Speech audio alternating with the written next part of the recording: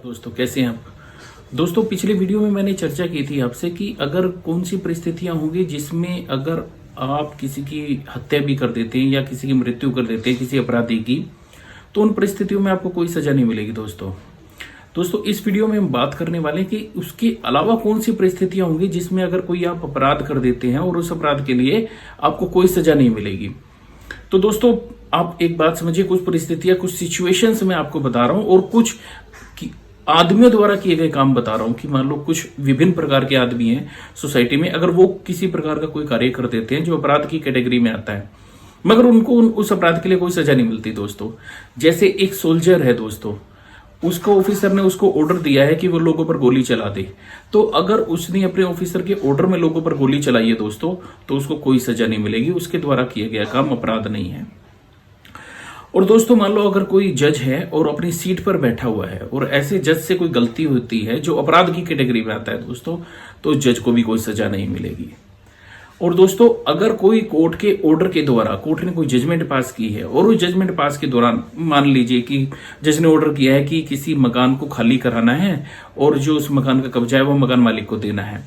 उसके बाद टीम वहां पर जाती है, पुलिस वहां पर जाती है और वहां पर कुछ ऐसा झगड़ा हो जाता है या लोगों को चोट लग जाती है या किसी सामान का नुकसान हो जाता है, तो दोस्तों उन्होंने वो जो काम है वो कोर्ट के ऑर्डर या जजमेंट के दौरान किया है, तो इसलिए इन लोगों पर कोई भी केस नहीं चलेगा दोस्तों, उन लोगों को कोई भी सजा नहीं मिलेगी। अब दोस्तों बात करते हैं कि अगर कोई ऐसा व्यक्ति है, मान लो दो व्यक्ति झगड़ा कर रहे हैं और एक व्यक्ति को ये लगता है, तीसरे व्यक्ति को जो देख रहा है उन दोनों के झगड़े को, और उसको झगड़ा देखने पर लगता है कि एक व्यक्ति दूसरे को मारने वाला है और वो जाकर उस व्यक्ति को पकड़ लेता है और पकड़ने के बाद वो सोचता है कि इसको मैं पुलिस के हवाले कर दूं, और वो पकड़ कर ले गया और उसको पुलिस के हवाले कर दिया दोस्तों। तो ऐसे व्यक्ति ने जिसने इस झगड़े को रोका है उसको कोई सजा नहीं मिलेगी दोस्तों, क्योंकि चाहे वो जो व्यक्ति है जो दूसरे पर प्रहार कर रहा था, झगड़ा कर रहा था, वो अपने बचाव में कर रहा है, तो इस व्यक्ति को भी कोई सजा नहीं मिलेगी और इस व्यक्ति को भी कोई सजा नहीं मिलेगी। एक सिचुएशन हो रहा है दोस्तों कि अगर आप एक्सीडेंट कर देते हैं, कोई भी लॉफुल काम करते हुए अगर आपसे कोई एक्सीडेंट हो जाता है, तो दोस्तों उसके लिए भी आपको कोई सजा नहीं मिलेगी। और दोस्तों इसके अलावा एक सिचुएशन और है कि जहां पर आप ने थोड़े नुकसान को रोकने के लिए या बड़े नुकसान को रोकने के लिए छोटा नुकसान कर दिया। सपोज दोस्तों आप गाड़ी में जा रहे हैं और अचानक आपकी गाड़ी की ब्रेक फेल हो जाते हैं,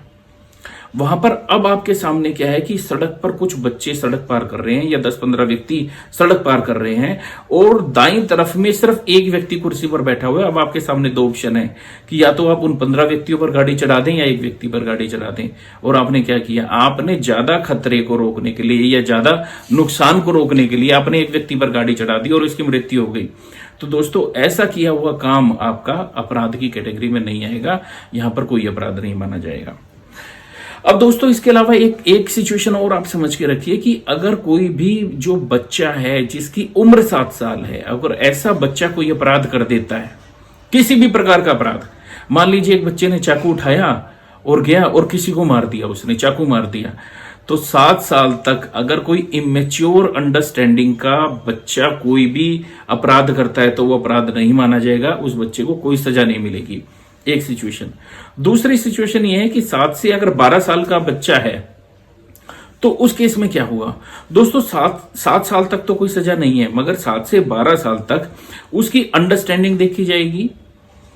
किस इंटेंशन के साथ उसने काम किया है। अगर उसकी भी इमेच्योर अंडरस्टैंडिंग है, उसको पता ही नहीं था कि उसने क्या किया है 7 से 12 साल के बच्चे ने, तो उसको कोई सजा नहीं मिलेगी। मगर अगर उसने अंडरस्टैंडिंग या प्लानिंग या सोच के साथ ये काम किया है तो उसको इस अपराध के लिए दंडित किया जा सकता है जुवेनाइल जस्टिस एक्ट में। दोस्तों हम बात करते हैं कि मान लो अगर कोई व्यक्ति है जो अनसाउंड माइंड का है, पागल व्यक्ति है, ऐसा व्यक्ति अगर आप पर अटैक करता है या किसी की जान लेने की कोशिश करता है, तो क्या पागल व्यक्ति को सजा मिलेगी दोस्तों? नहीं दोस्तों, पागल व्यक्ति के द्वारा किया गया कार्य अपराध नहीं माना जाता है, क्योंकि अपराध के लिए जो बेसिक एलिमेंट है वो इंटेंशन और नॉलेज होनी चाहिए, और इंटेंशन भी क्रिमिनल इंटेंशन, और उसको नॉलेज होनी चाहिए कि वो क्या करने वाला है। पागल व्यक्ति को तो पता ही नहीं कि वो क्या कर रहा है, तो इसलिए ऐसे व्यक्ति के द्वारा किया गया कार्य अपराध की कैटेगरी में नहीं आएगा। मगर अगर पागल व्यक्ति आप पर अटैक करता है तो आप अपने प्राइवेट डिफेंस यानी अपने बचाव का जो अधिकार आपको दिया गया कानून द्वारा, उसका इस्तेमाल कर सकते हैं दोस्तों।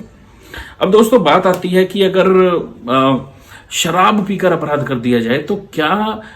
अपराध की सजा मिलेगी या नहीं मिलेगी दोस्तों। पर इस बात का ध्यान रखना कि अगर आपने शराब पीकर या इंटॉक्सिकेशन किसी भी तरीके से हो सकता है, शराब के अलावा भी और तरीके से हो सकता है। अगर आपने नशे की अवस्था में कोई अपराध किया है तो दोस्तों ये समझना आपको अपराध की सजा जरूर मिलेगी, मगर अगर वो नशा इनवॉलेंट्री है और आपकी मर्जी के खिलाफ आपको दिया गया है, किसी ने बिना आपकी नॉलेज के आपके शराब आपको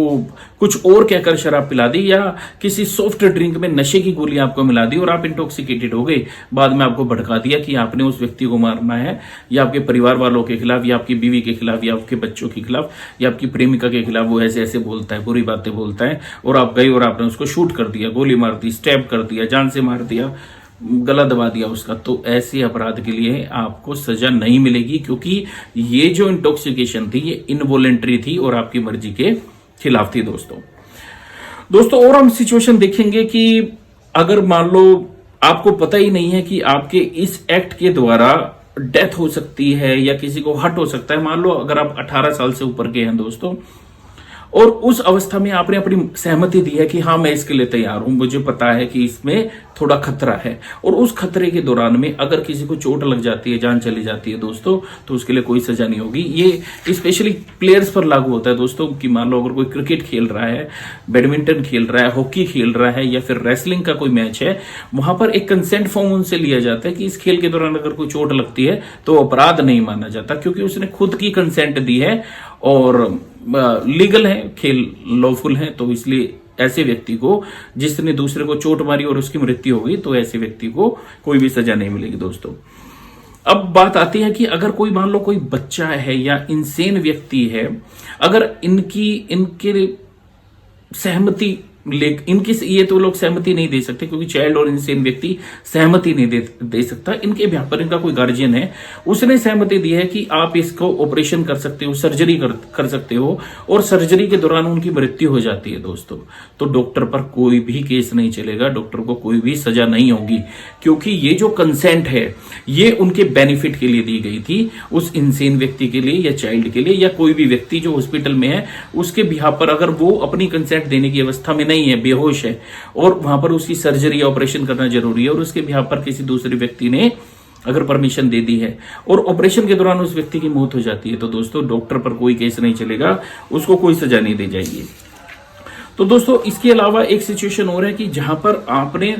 कम्युनिकेट किया है दूसरे को और गुड फेथ पर किया है, मान लो आपने किसी को फोन किया और फोन पर बताया कि तुम्हारे पति का तो भयानक एक्सीडेंट हो गया और उसकी मृत्यु हो गई,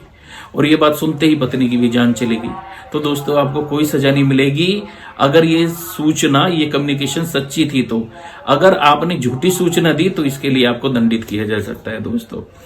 अब अगर एक सिचुएशन और आती है दोस्तों कि जहां पर आपको धमकी दी गई, आपको किसी ने बंदूक दिखाई और जाकर बोला कि आज तुझे बैंक लौटना है, नहीं तो तुझे जान से मार देंगे या तेरे परिवार वालों को जान से मार देंगे, और या फिर आपको धमकी दी गई कि आपके परिवार वालों को जान से मार देंगे अगर तूने फलाने व्यक्ति को नहीं मारा या दूसरे व्यक्ति को नहीं मारा, और आपने जाकर उस व्यक्ति को मार दिया या कोई गलत आपराधिक कार्य कर दिया, कोई बैंक लूट लिया या कुछ भी आपने अगर कर दिया, तो उसके लिए भी आपको कोई सजा नहीं मिलेगी, क्योंकि आपने ये जो काम किया है ये थ्रेट के अंडर किया है। अगर वो थ्रेट आपको दी गई और वाकई वो थ्रेट इस प्रकार की थी कि जिसमें आप डर गए और आपने वो आपराधिक कार्य कर दिया, तो दोस्तों इसके लिए आपको कोई भी सजा नहीं मिलेगी। तो दोस्तों कुछ इसके अलावा एक सिचुएशन हो रहा है कि जहां पर कोई ऐसा काम आपके प्रति किया गया है जिस पर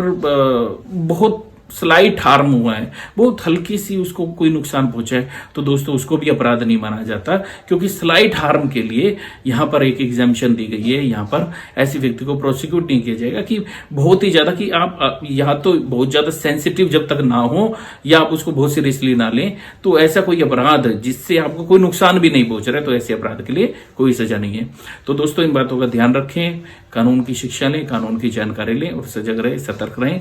सावधान रहें। धन्यवाद।